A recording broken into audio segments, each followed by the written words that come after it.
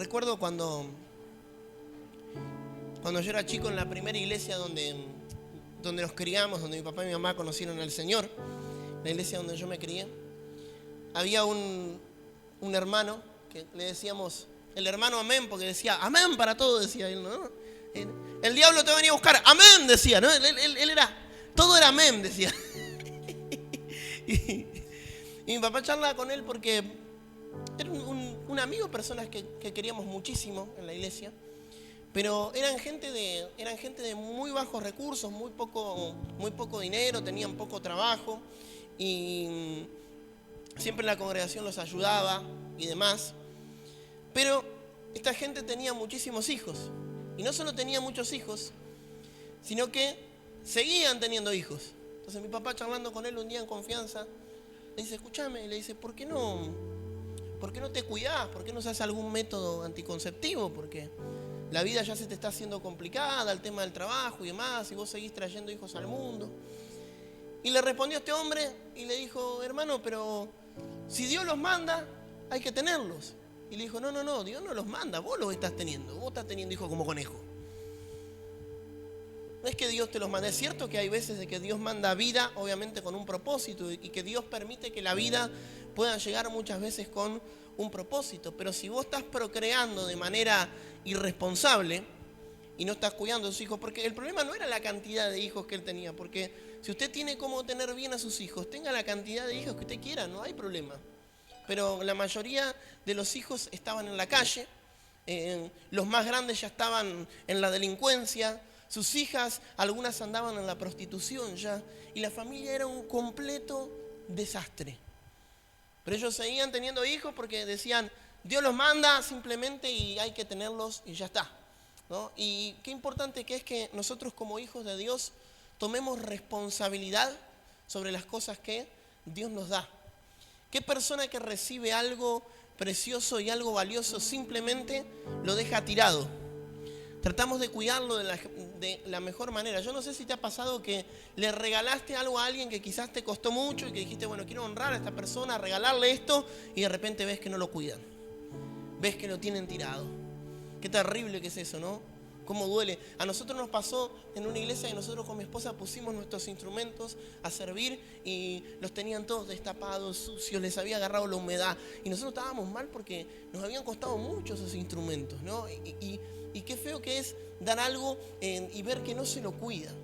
Y hay tantas cosas que nosotros le queremos quizás adjudicar la responsabilidad al Señor, pero la responsabilidad de cuidar lo que Dios nos da es nuestra y no es de nadie más. Hay cosas que Dios puso en nuestras manos para que nosotros podamos cuidar. El otro día estaba escuchando un pastor que hace cruzadas evangelísticas y campañas muy, muy grandes en todo el mundo prácticamente.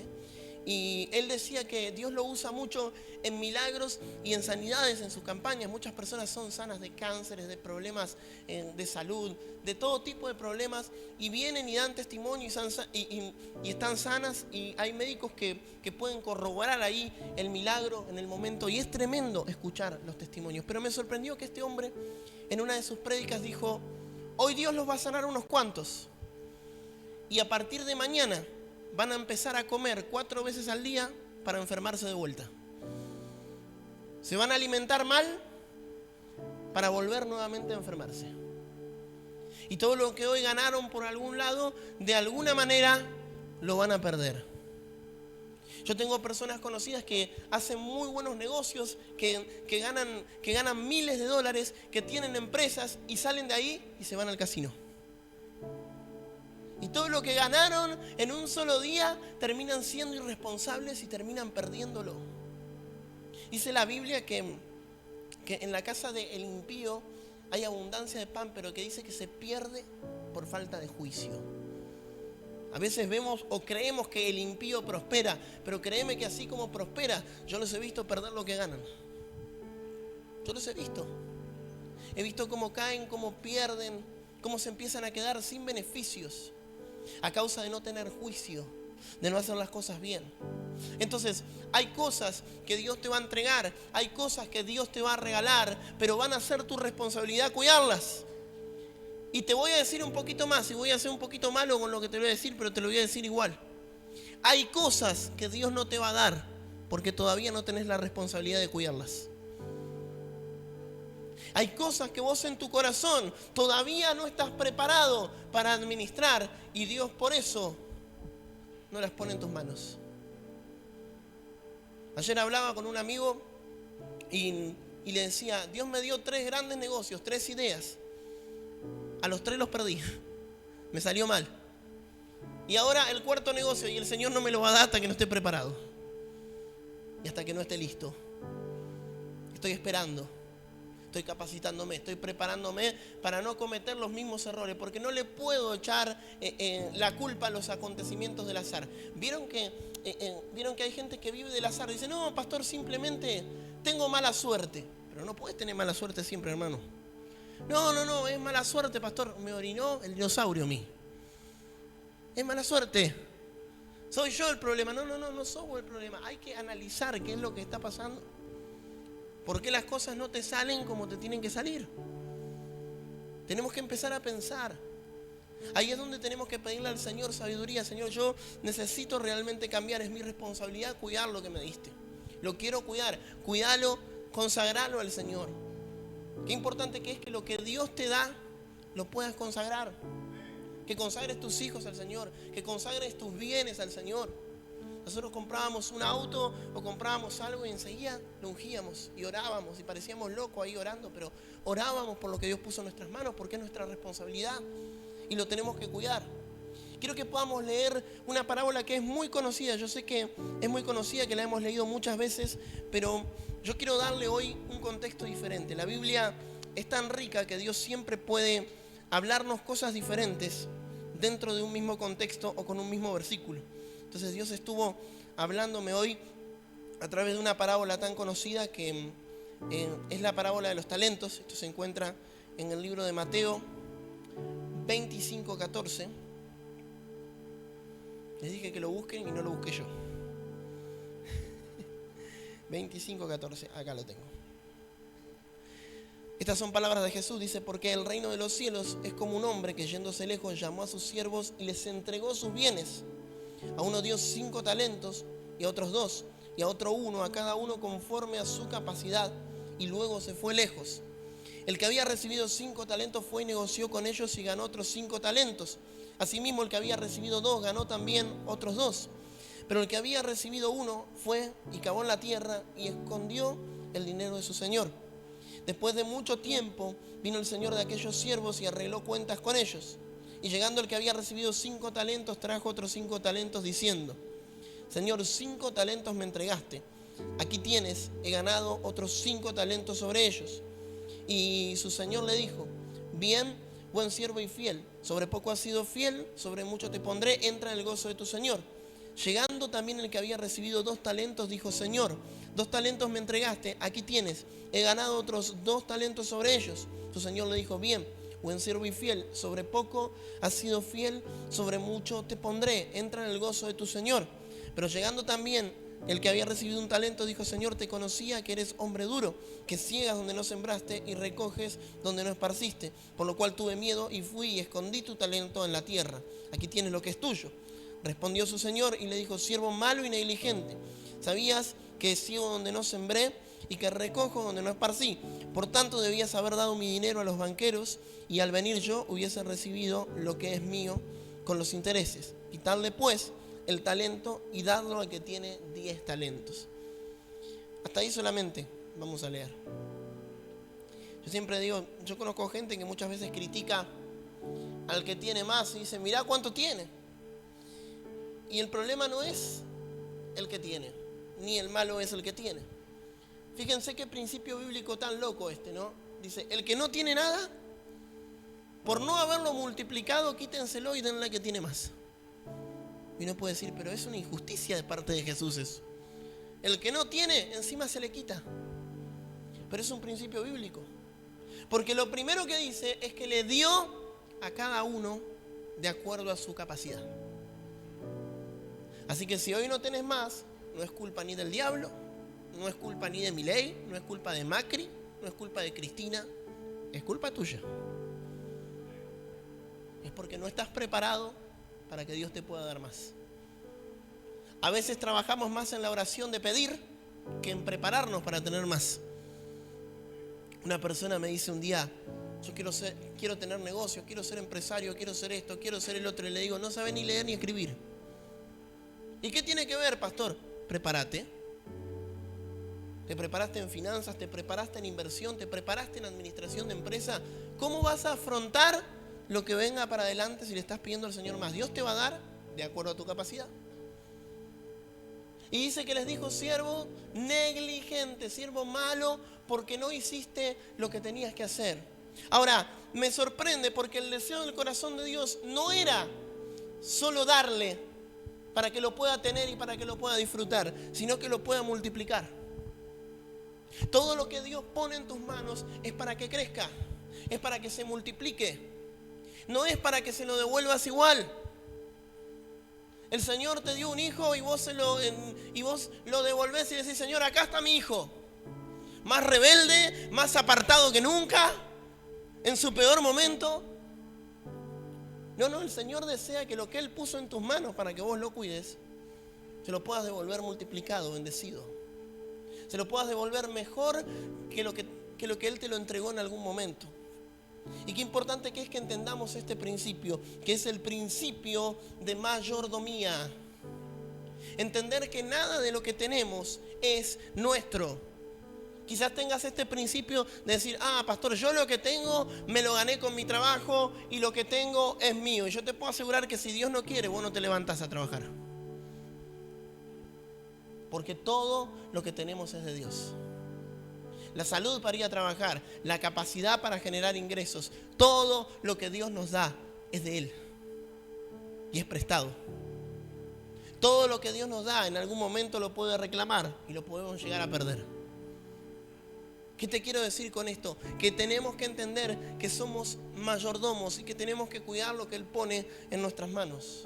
El otro día estaba mirando unos teólogos amigos. Estaba en la conversación, en realidad no solo estaba mirando, pero estaba escuchándolos cómo conversaban y debatían sobre el tema de la salvación, ¿no? Y daban las diferentes posturas teológicas. Estaban los que decían por un lado que la salvación no se pierde y lo argumentaban con ciertos versículos bíblicos sacados de contexto y decían esto y el otro y argumentaban. Y los otros le respondían y decían, no, la salvación sí se pierde. Decía, porque mirá, la Biblia dice esto, dice aquello. Y argumentaban bien, ¿no? Y fue un debate lindo, porque no fue una pelea, fue un debate interesante.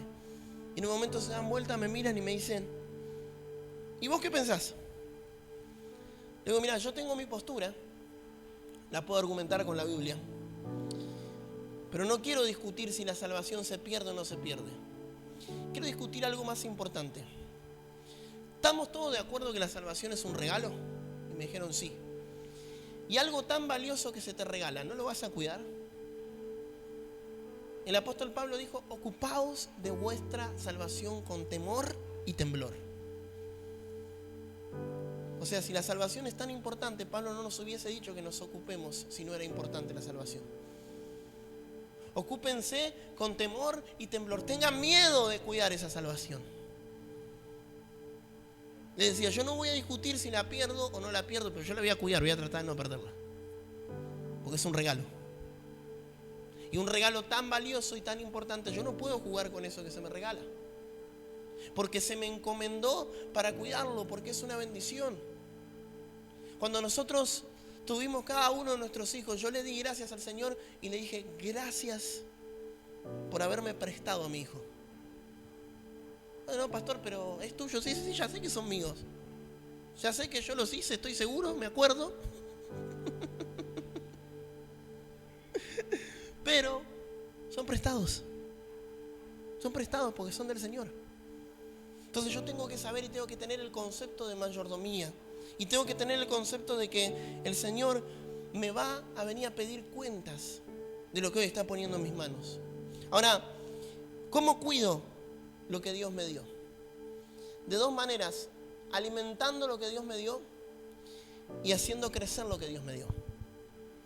Cuando Dios te da un don, hacelo crecer, alimentalo, prepárate. Yo desde el momento que supe que iba a predicar la palabra de Dios, me comencé a predicar, y no solo en la palabra, Empecé a estudiar oratoria, empecé a estudiar homilética, empecé a estudiar un montón de cosas que me ayuden a poder desarrollar mejor mi habilidad. Hasta stand-up empecé a estudiar, y se nota.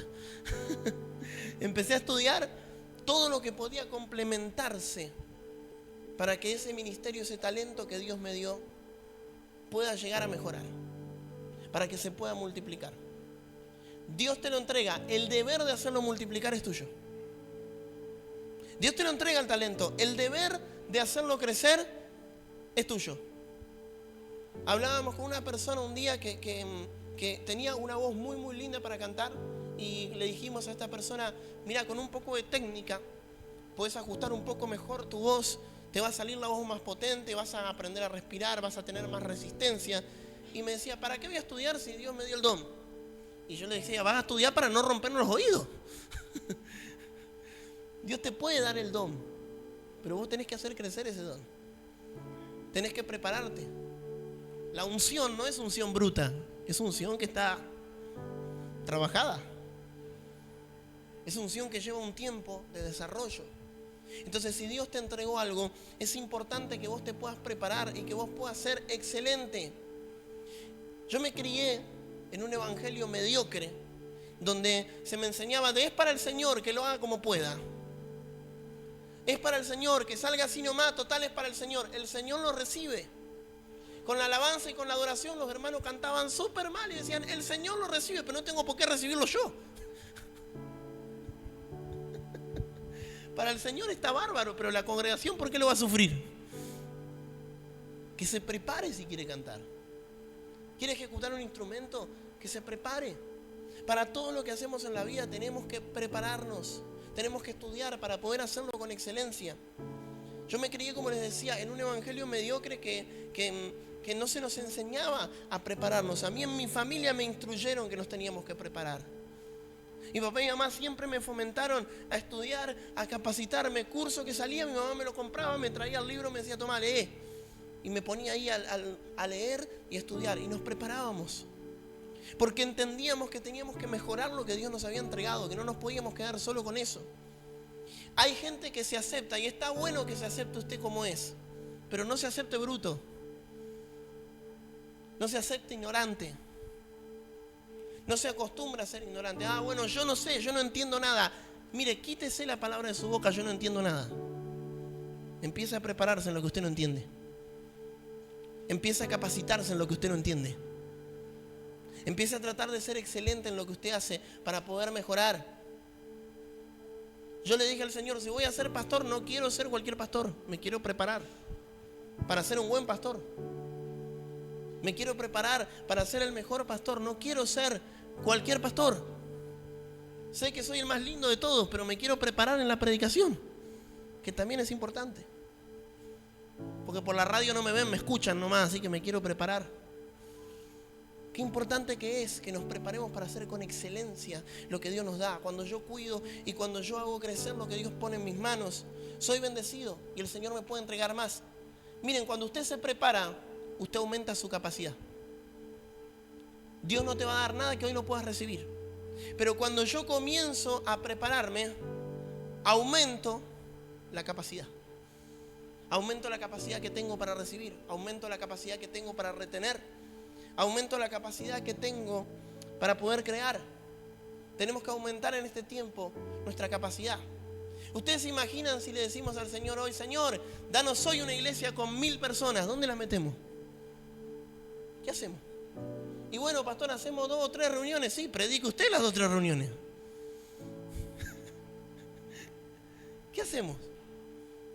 ¿Se entiende? ¿Estamos listos? No, nos tenemos que ir ampliando. Y nos tenemos que ir preparando para lo que el Señor nos va a dar. Dios te regala la salud. ¿Cómo la cuidas? ¿Cómo la haces crecer? ¿Cómo te ves en los próximos años en tu salud? Algunos no saben si llegan a fin de mes, ya están tosiendo. ¿Cómo te ves en los próximos años? ¿Cuál es tu plan? Tenés 30, ya te duele la espalda, ya estás todo roto. Haces ejercicio, te cuidás, te alimentás bien. ¿Cómo nos vemos? Dios te regaló la salud. Ahora, cuando viene la enfermedad, este diablo, no es el diablo. Te sale un mal negocio, este diablo inmundo, me cayeron todos los impuestos. No te preparaste. No fuiste a la FIP, no consultaste, no hiciste las cosas como corresponden. Entonces nos enojamos muchas veces cuando las cosas no salen mal. Le queremos echar la responsabilidad al diablo. Y es que nosotros no hicimos lo que teníamos que hacer. No hicimos nuestra parte. No siempre es el enemigo. Leí una frase el otro día que me hizo reír mucho. La leí, era un poco fuerte la frase, pero le voy a cambiar las palabras. Decía, las cosas que te pasan no te pasan por una prueba de Dios ni por una prueba del diablo. Te pasan por tonto. Lo dijo con palabras más fuertes. Pero es una realidad. Hay cosas que no tienen nada que ver con el enemigo, tienen que ver con nuestra negligencia, con que no estamos listos y no estamos preparados. ¿Cómo mejoras tu salud? Dios te regala la familia. Solo hay que tener la familia, solo hay que tener un matrimonio y ya está. Y es fácil. Y listo. Solo hay que tener los hijos y que los críe el viento. ¿Ya está? No, hay que cuidarlos. Matrimonios se casan por amor. ¿Cómo alimentan el amor? ¿Cómo hacen crecer el amor? ¿Se aman igual que antes? ¿Se aman cada vez menos? ¿No se pueden ni ver? El amor no ha crecido, no se ha alimentado. Yo le digo a mi esposa, te amo cada día más. Y trato de amarla más y trato de alimentar más el amor. Y le digo, yo te amo. Y me dice, yo tampoco. ¿Cómo alimentamos el amor? Porque el Señor va a venir a pedir cuentas de cómo está tu matrimonio. Porque hay gente que ni siquiera se ocupa del matrimonio, ni siquiera se ocupa de la persona que tiene al lado, pero espera ocuparse de la obra de Dios. El otro día uno con el matrimonio en crisis me hablaba que voy a tener ministerio, que voy a viajar por las naciones, que voy a hacer esto, voy a hacer el otro. Y le decía, ¿y el primer ministerio que Dios te dio, que es tu familia? ¿Cómo va eso? Porque Dios te entregó eso y Dios te va a venir a pedir cuentas por eso. ¿Cómo está tu matrimonio? Ahí te va a venir a preguntar primero el Señor. Porque todo lo que hagas afuera va a ser infructífero después. Si no puedes dar fruto primeramente en su casa. Si no gobernás primeramente bien tu casa. ¿Cuánto te esforzás por tu matrimonio? ¿Cuánto te esforzás por la persona que tenés al lado? Por hacer sentir bien a la persona que tenés al lado. ¿Cuánto te esforzás? ¿Buscás ayuda? ¿Buscás consejería? Ni a la reunión de matrimonio vienen algunos. Pero después son los primeros que llaman cuando están en crisis. No buscamos herramientas. No nos acercamos. No encontramos la manera muchas veces de alimentar porque no, Dios me lo dio y bueno, la persona que tengo al lado me tiene que amar como soy. No. Tiene que amar tu mejor versión. Tiene que amar lo mejor de vos. Yo le digo a mi esposa, ¿ves todo esto que tenés acá? Va a mejorar todavía. La mejor versión. Ponete lindo, ponete linda. Tratá de mejorar en todos los aspectos de tu vida. Los hijos. ¿Cómo criamos nuestros hijos? Y bueno, estoy orando por mis hijos. Y mientras orás, tus hijos están encerrados en la pieza, hablando cualquier cosa con cualquiera, mirando pornografía, hablando con cualquiera. Estoy orando por ellos. No, involúcrese con sus hijos. Hable con ellos. ¿Qué necesitas? ¿Cómo te ayudo? Me siento con vos. Vamos a jugar. Vamos acá. Tengo que tratar de estar. Porque el Señor me va a venir a pedir cuentas por mis hijos. Tengo que tratar de ser padre, tengo que tratar de ser madre, tengo que tratar de estar con ellos, de acompañarlos. No puedo dejarlos solos confiando que Dios va a hacer todo. Yo tengo que aprender a hacer mi parte. Dios te entregó algo, ¿cómo lo estás cuidando lo que Dios te entregó? Quiero cerrar con esto. Finanzas. Ay, Señor. ¿Cómo estás cuidando lo que Dios hoy puso en tus manos? Y pastor, ¿y si no me alcanza? Le dio de acuerdo a su capacidad. Si podés. Yo he conocido gente que tiene más que yo ganando 3 veces menos que yo. Yo digo a veces, ¿cómo hacen? No sé.